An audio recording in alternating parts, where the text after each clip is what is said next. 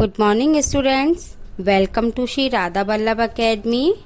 बच्चों, आज हम आपकी जो सेकंड बुक है कृतिका, उसका फर्स्ट चैप्टर पढ़ेंगे, माता का अंचल।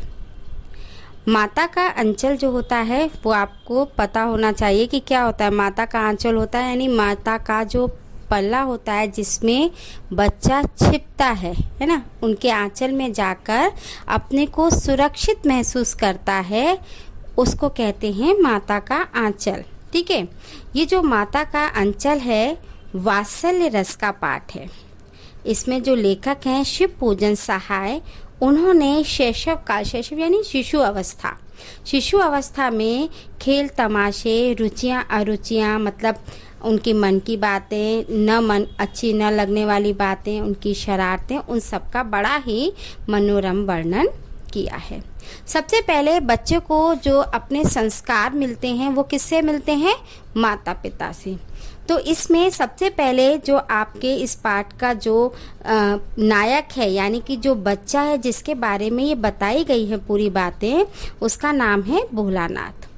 तो उसको बचपन में अपने पिता के द्वारा जो संस्कार मिले उसके बारे में सबसे पहले बताऊंगी। उसका जो पिता के साथ उसका रहना, उसके पिता के संस्कार और उनकी बातों को ग्रहण करना, ये सब बताया गया। लेखक अभी शिशु ही था। वह अपने पिता के साथ, लेखक ने अपनी खुद की बात बताई है, वह अपने पिता के साथ सुबह जल्दी उठकर नहा धोकर पूजा करने बैठ जाया करता था। वह पिता के साथ ही सोता था, पिता ही उसे नहलाकर पूजा में बिठा देते थे। लेखक जिद करके अपने माथे पर तिलक त्रिपुंड लगवाया करता था। लंबी लंबी जटाओं के कारण, मतलब उसके जो बाल थे वो लंबे लंबे थे, तो सब लोग भंभोला उनको कहते थे या भंभोला प्रतीत होते थे उनके बालों को देखकर। पिताजी भी उन्हें बड़े प्यार से भोलानाथ कहकर पुकारते थे। लेखक अपने पिता को बाबूजी तथा माँ को मैया कहा करता था। देखो, इसमें जो भाषा है वो ग्रामीण अंचल की है, तो ग्रामीण अंचल की जो भाषा होती है उसका पुट ज़्यादा मिलता है। तो लेखक ने स्वयं की यह कहानी लिखी है, तो उन्होंने लिखा है कि वो अपने पिताजी को बाबूजी और माँ को मैया कहा करते थे। जब उनके बाबूजी यानी पिता रामायण पाठ करते थे तो लेखक उनकी बगल में बैठकर शीशे में अपना मुंह देखा करता था। वह पिताजी को अपनी ओर देखकर और छुप जाता था। जो बच्चों की जो हरकतें होती है उस तरह का बताया कि वो शीशे में देख रहा और कोई उसको देखता तो वो शर्माकर वहाँ से हट जाता था। पिताजी पूजा पाठ करने के बाद अपनी रामनामा बही पर 1000 राम लिखा करते थे। फिर कागज के टुकड़ों पर 500 बार राम नाम लिखकर आटे की गोलियों में लपेटते थे और गंगा की ओर चल देते थे। बाबूजी मछलियों को एक एक करके गोलियां खिलाते चले जाते थे। तब वह पिता के कंधों पर बैठकर मुस्कुराता रहता। मतलब यहाँ पर उन्हें अपने पिता से संस्कार मिले थे पूजा पाठ करने का, और दाना वगैरह, पक्षियों को दाना देना या मछलियों को खाना खिलाना, इस तरह के संस्कार उन्हें पिता से मिले।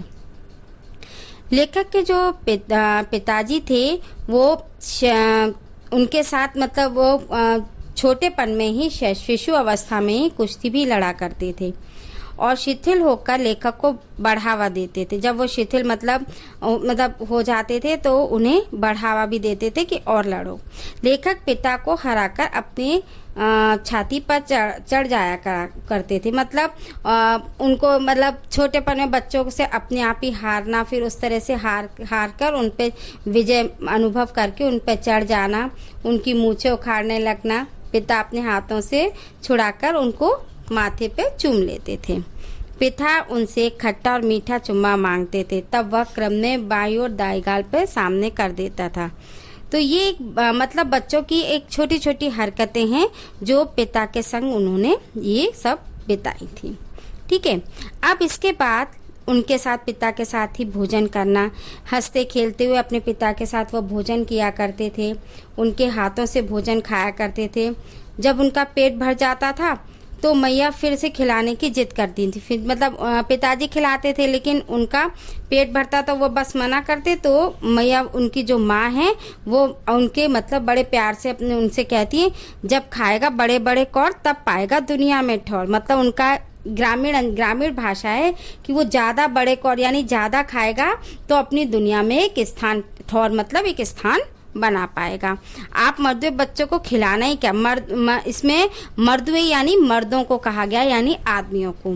तो आप मर्दवे बच्चों को खिलाना क्या जाने, और वह अपने मतलब अपने उनसे उनके पिताजी से खाना लेकर वो अपने हाथों से अपने बेटे को खिलाया करती थी। इसके बाद धीरे धीरे उनका मतलब खाना खिलाते माँ दही भात खाना खिलाती थी, और खाना खिलाने का भी उनका अलग तरीका था। तोता मैना मतलब पक्षियों के नाम ले लेकर खिलाती चली जाती थी। उसके बाद वह रस्सी में बंधा लकड़ी का घोड़ा लेकर गली में खेलने निकल जाया करते थे। और फिर थोड़ी देर बाद माँ उनको बुलाती थी, उनके सिर में तेल डालती थी। लेखक रोते थे, उनको नहलाती थी, मतलब उनके उबटन करती थी, तेल लगाती थी और फिर चोटी गूंथती थी। वो मतलब जो एक बच्चे को तैयार करने के जो नित्य क्रम होते थे वो माँ उनकी करती थी। तो इस क्रम में उनको मतलब वो छोटे बच्चे जैसे रोते नहीं है, कोई हम चोटी करते हैं उन्हें नहलाते विलाते हैं तो रोते हैं ना, इस तरह से वो रोते रोते बाहर बाहर आ जाते और बाहर अपने साथियों को खेलता हुआ देखते थे। तो उनके साथ खेल तमाशा करने में वो अपना रोना सब कुछ भूल जाते थे।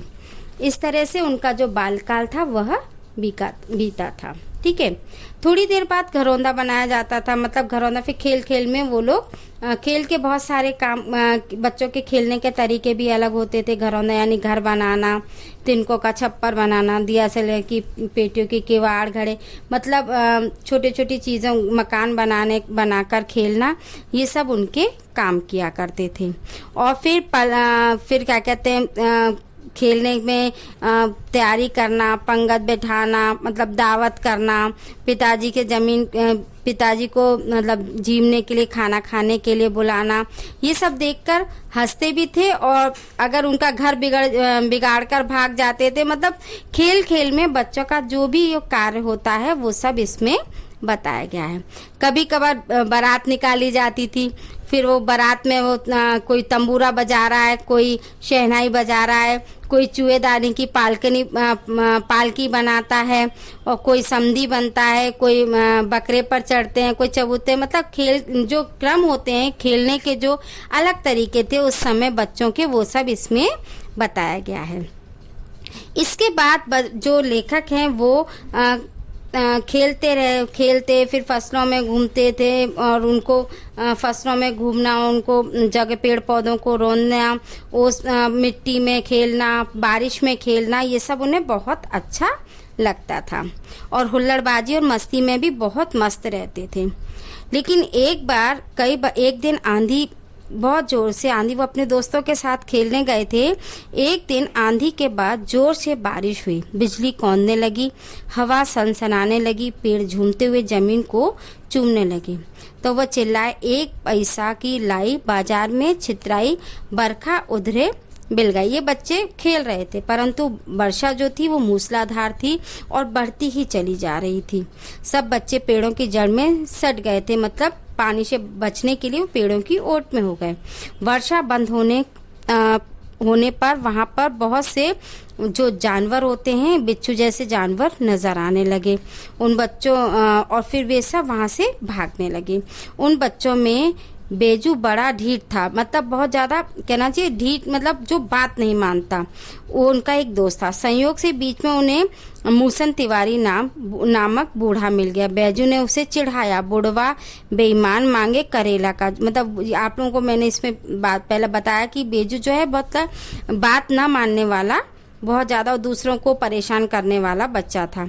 तो वो उस बूढ़े को परेशान करता है और कहता है, बुढ़वा बेईमान मांगे करेले का चोखा। ये एक कहावत, मतलब जो उसके द्वारा बोली गई थी, और बच्चों ने भी यही बातें उन्हें दोहराना शुरू कर दिया और इस तरह से वो उसे परेशान करने लगे। बेजू तो भाग्या पाठशाला वो पहुंच गए। उन्होंने लेखक और बेजू को पकड़ मंगाए। बेजू तो भाग गया, लेखक पकड़ा गया। कौन? गुरुजी ने उसकी खूब खबर ली। लेखक के मतलब उनके दोस्तों ने उन्होंने पकड़ के वो स्कूल में ले गए तो वो तो भाग गया, बेजू जो चिढ़ा रहा था वो तो भाग गया, लेकिन लेखक पकड़ में आ गए। गुरुजी ने उनकी खूब खबर ली। लेखक के बाबूजी को पता चला तो वे विद्यालय पहुंचे। उसे गोद में उठाकर पुचकारते और फुसलाते हुए लगे, पर लेखक ने रोते रोते उनका कंधा आंसुओं से तर हो गया। बाबूजी तो गुरुजी से चिरौली करके लेखक को घर लेकर चले। रास्ते में फिर उन्हें अपने साथियों का झुंड मिला जो नाच गा रहे थे। तो जो लेखक है वो अपना सारा रोना धोना भूलकर फिर से अपने साथियों में जा मिला और फिर वही खेल कूद में मस्त हो गए। सारे लड़के जो हैं मकई के खेत में दौड़ पड़े। वहाँ चिड़ियों का झुंड नजर आया। वे उन्हें पकड़ने लगे, परंतु चिड़िया हाथ नजर नहीं आई। अचानक उन्होंने एक टीले पर जाकर चूहों के बिल में पानी उलीचना शुरू कर दिया। तभी वहाँ से एक सांप निकल आया। सब बच्चे रोते चिल्लाते बेहताशा भागे।